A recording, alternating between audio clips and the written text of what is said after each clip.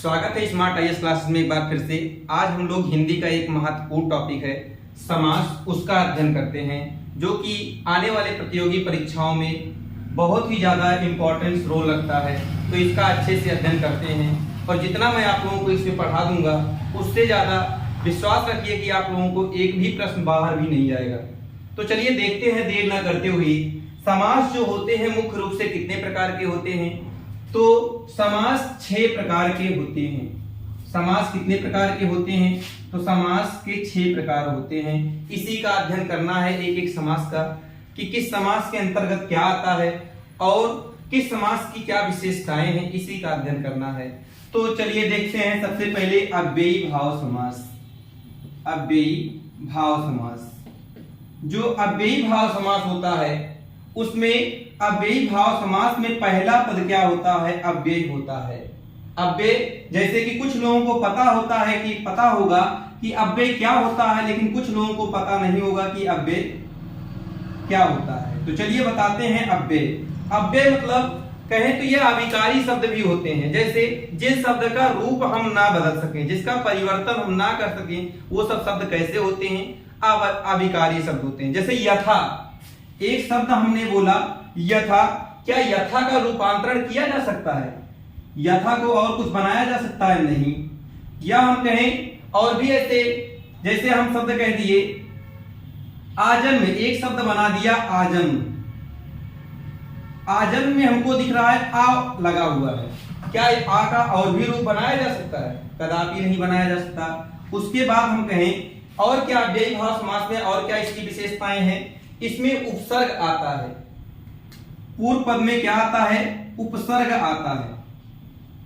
उपसर्ग आता है, जैसे हिंदी में निर, दुर, दस, ये सब क्या है? उपसर्ग हैं, ये सब आएंगे। जैसे हम कहें एक शब्द कोई भी, जैसे हम कहें निरुपदेश, तो निर प्लस उपदेश, निरुपदेश। एक शब्द बोला हमने निरुपदेश।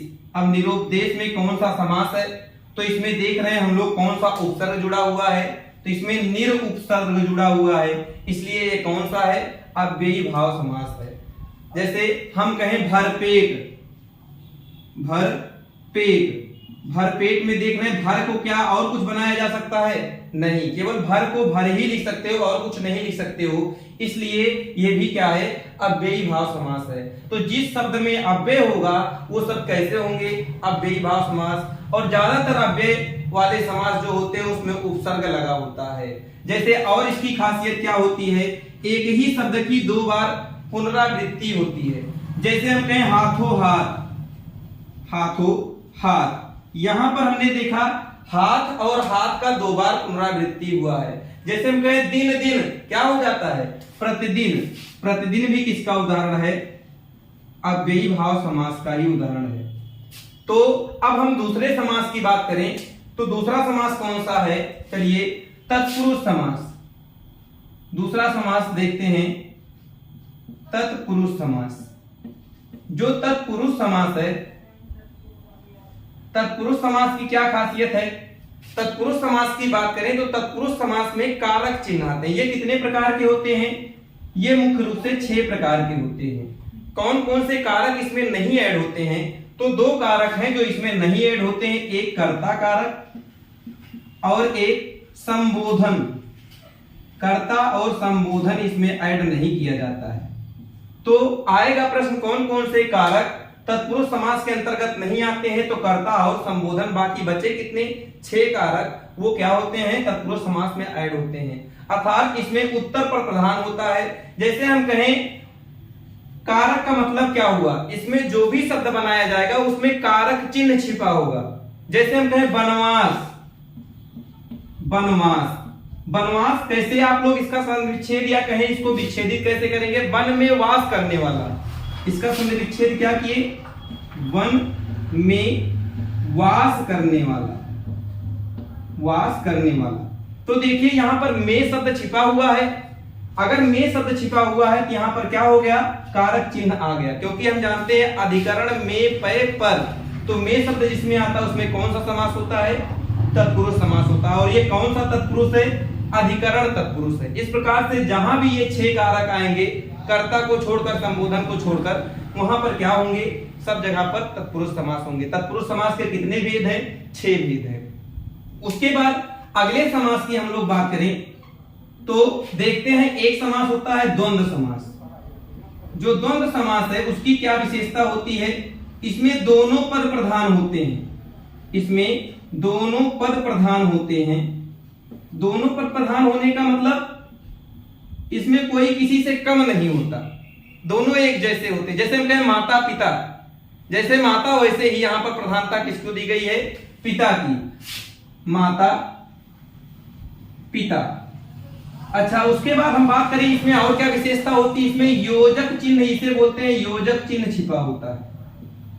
जैसे माता पिता लिखे बीच बीच में आप लोग देखते होंगे, ऐसे ही योजक चिन्ह लगा रहता है। आगे हम बात करें और इसकी खासियत क्या होती है, तो और इसमें विलोम शब्द आते हैं। विलोम शब्द, जैसे हम बात करें विलोम शब्द कैसे, जैसे हम कहें लाभो लाभ, लाभ और अलाभ, या हम कहें जैसे और जैसे शब्द बनाए इसके, जैसे देवासुर, देव और असुर, एक शब्द बनाया देवासुर, देव और असुर, अर्थात ये दोनों के विलोम है। देव और असुर दोनों आ गए, यहां विलोम हो गया, इसीलिए कौन सा समास हो गया? ये समास हो गया द्वंद्व समास। समझ में आ गए वो? तो पहला देखिए, द्वंद्व समास में दोनों पद प्रधान होगा, योजक चिन्ह छिपा होगा, विलोम शब्द आएंगे इसमें, और एक खासियत है और चिन्ह छिपा होता है इसमें, जैसे माता और पिता। अच्छा, उसके बाद द्वंद्व समास के बाद जो अगला समास आता है तो उसके विषय में देखते हैं क्या खासियत है। जो अगला समास है वो कौन सा है, तो बात करें द्वंद्व समास के बाद एक समास है बहुब्रीहि समास। बहुब्रीहि समास। और इसी के पहले एक समास और है क्रमधारय समास। कर्मधारय समास। जो कर्मधारय समास होता है, इसकी विशेषता क्या है कर्मधारय समास की?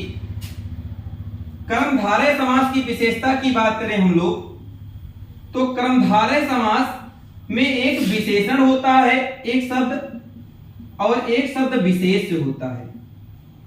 विशेषण और विशेष, जैसे हम कहें, हो सकता है विशेषण आगे हो किसी किसी शब्द में, हो सकता है किसी किसी शब्द में विशेष आगे हो। जैसे नरोत्तम, इसमें देख रहे हैं आप लोग, नरोत्तम में देखे कि जो नरों में उत्तम हो, लेकिन यहां पर देख रहे हैं जो उत्तम है वही क्या है? विशेषण है। विशेषण किसे कहते हैं? जो विशेष की विशेषता होता है। यहां पर देख रहे हैं नरों में उत्तम, अर्थात देख रहे हैं जो विशेषण शब्द है वो पीछे लग रहा है। तो कर्मधारय समास में विशेषण आगे भी लग सकता है और पीछे भी लग सकता है। और इसके एग्जांपल देखिए, जैसे नील कमल, जैसे और एग्जांपल हो गया नील कमल।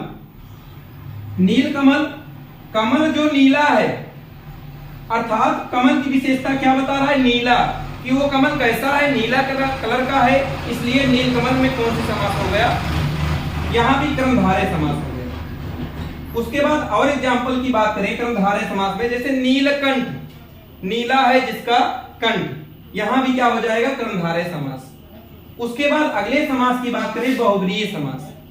अब बहुब्रीहि समास में क्या होता है? ना तो पहले पद की प्रधानता होती है और ना ही दूसरे पद की या उत्तर पद की प्रधानता होती है, इसमें किसी तीसरे पद की प्रधानता होती है। तो बहुब्रीहि समास की बात करें तो इसमें तीसरे पद की प्रधानता होती है। और इसकी खासियत क्या होती है? इसमें देवी देवताओं के नाम आते हैं। देवी देवताओं के नाम आते हैं, तो देवी देवताओं के नाम जहां पर आएंगे वो कौन सा समास होगा? बहुब्रीहि समास। जैसे चक्रपाणी, चक्र है जिसके हाथों में, अर्थात विष्णु जी। हमने बोला चक्रपाणी, चक्र है जिसके हाथों में, लेकिन इसका उद्देश्य किस पे गया?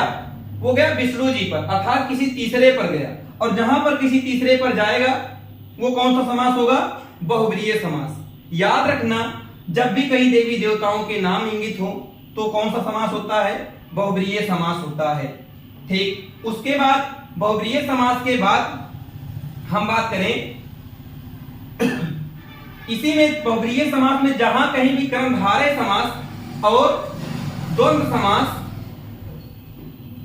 और बात करें तत्पुरुष समास, ये तीनों समास होंगे। वहां पर हम लोग देखेंगे कि किसकी विशेषता है, अर्थात थोड़ा सा देख लीजिए, एक समास अभी और बचा हुआ है, फिर बताते हैं इस बात को। द्विगु समास। द्विगु समास की खासियत क्या होती है, इसमें संख्यावाची होते हैं। कैसे होते हैं, ये संख्यावाची होते हैं और समूह का बोध कराते हैं या समाहार का बोध कराते हैं। जैसे चौराहा, चार राहों का समूह अर्थात चौराहा, जहां भी समाहार का बोध होगा और वो संख्यावाची होगा, वो कैसे होंगे, द्विगु समास होंगे। अब कुछ शब्द ऐसे होते हैं जो कैसे होते हैं, संख्यावाची भी होते हैं, बहुब्रीहि भी होते हैं और क्रमधारय भी होते हैं। तो ऐसे में जब आप लोगों का प्रश्न पूछा जाएगा जो संख्यावाची और बहुब्रीहि और तत्पुरुष तीनों रहेगा, तो आप लोग उसमें बहुब्रीहि ही लगाओगे। बहुब्रीहि कैसे याद रहेगा, हम लोग जानते हैं हमारे हिंदू धर्म में या मुस्लिम धर्म में या किसी भी वर्ग में प्राथमिकता होती है, हम अपने देवताओं को पूजनीय मानते हैं, पहला स्थान उन्हीं को देते हैं। तो देवताओं के नाम किसमें आते हैं, बहुब्रीहि समास में आते हैं। तो जिस समास में देवताओं के नाम आते हैं उन्हीं को प्रथम वरीयता देना है। अर्थात जब भी जैसे हम कहें एक चतुरानन, चार आननों का समूह या चतुर्भुज, तो इसमें देख रहे हैं है तो इसमें चार समूह भी आ रहा है और क्या आ रहा है, संख्यावाची भी। लेकिन ये द्विगु समास भी है, अगर ये नहीं ऑप्शन में द्विगु समास भी लगा सकते हैं। लेकिन अगर ऑप्शन में है और ये भी है ऑप्शन में और क्रमधारय भी है, तो उस जगह पर आपको वरीयता देना है बहुब्रीहि समास में। इस प्रकार से 6 प्रकार के समास है, 6 को देख लिए। एक बार पुनः आप लोग जल्दी से देख लीजिए। सबसे पहले अव्ययी भाव समास, इसमें शब्द में अव्यय आएगा, जैसे यथा, तथा, आ, ये सब अव्यय आते हैं। उपसर्ग आएंगे इसमें और एक ही शब्द का 2 बार पुनरावृत्ति